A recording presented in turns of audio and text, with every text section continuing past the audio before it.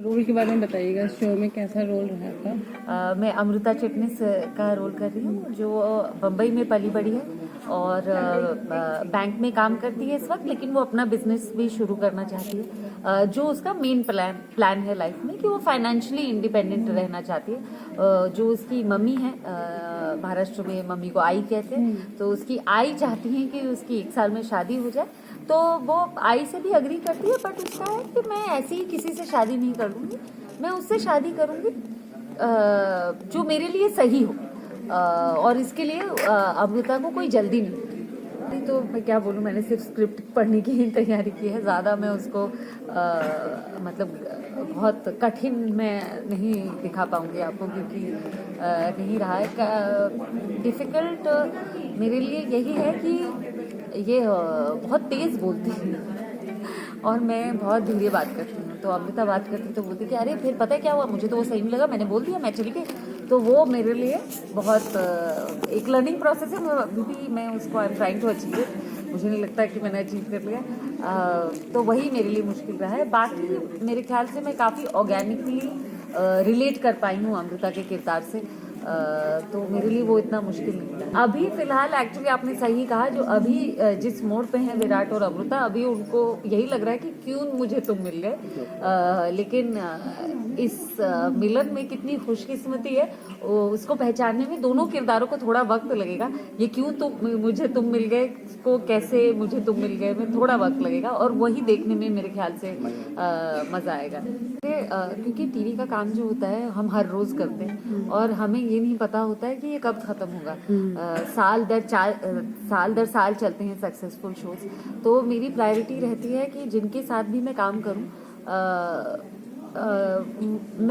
मुझे अच्छा लगे उनके साथ काम करके, वो अच्छे लोग हों, सेट का माहौल अच्छा हो, किरदार अच्छा होना तो हमें पहले ही पता चल जाता है। पहली मीटिंग में हमें नरेशन, जैसा कि आपने कहा, पहले चॉइस नहीं होती, पहला जो ऑडिशन क्लियर होता था वो काम कर लेते थे। अब मेरे पास वो प्रिविलेज है कि मैं डिसाइड कर सकती हूँ कि मुझे ये काम करना है, ये नहीं करना है। तो मेरे लिए ये प्रायोरिटी रहती है कि मैं अच्छे लोगों के साथ काम करूँ, जिनके साथ काम करने में मुझे मज़ा आए, क्योंकि मैं इन लोगों से रोज़ मिलने वाली हूँ, अपने परिवार के साथ से ज़्यादा इन लोगों के साथ वक्त बिताने वाली हूँ। तो अच्छे लोग मेरे लिए बहुत प्रायोरिटी है। एक दूसरा सवाल ये है कि आपने लंबे शो भी बहुत किए हैं, तो एक कलाकार के तौर पे आपको क्या ज़्यादा अच्छा लगता है कि एक लंबा शो किया जाए जिससे हमेशा लोग याद रखें, या फिर थोड़े छोटे छोटे शो किए जाएं लेकिन प्रोफाइल में ज़्यादा कैरेक्टर चुन आ जाए और अपना एक्सपीरियंस भी ज़्यादा कैरेक्टर करने का?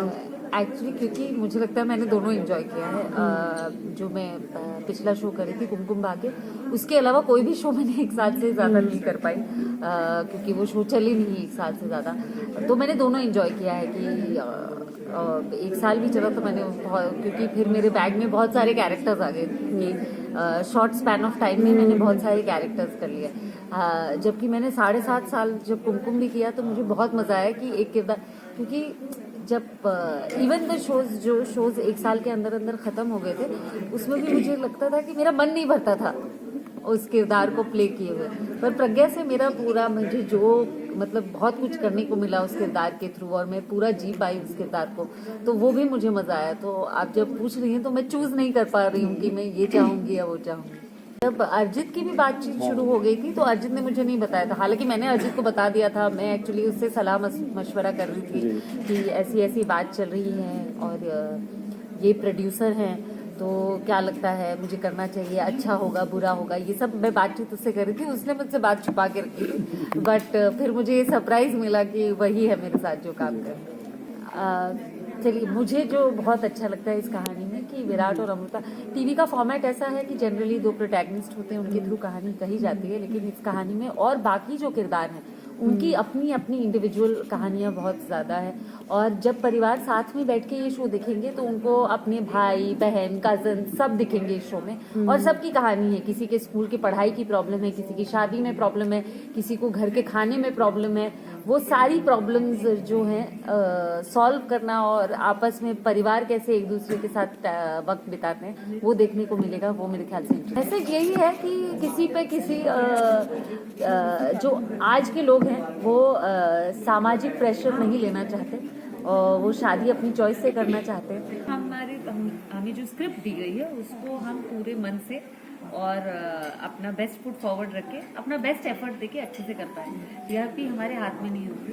हालांकि मुझे लगता है हर शो को कम से कम 8 महीने 6 महीने देने चाहिए अपनी जगह बनाने के लिए।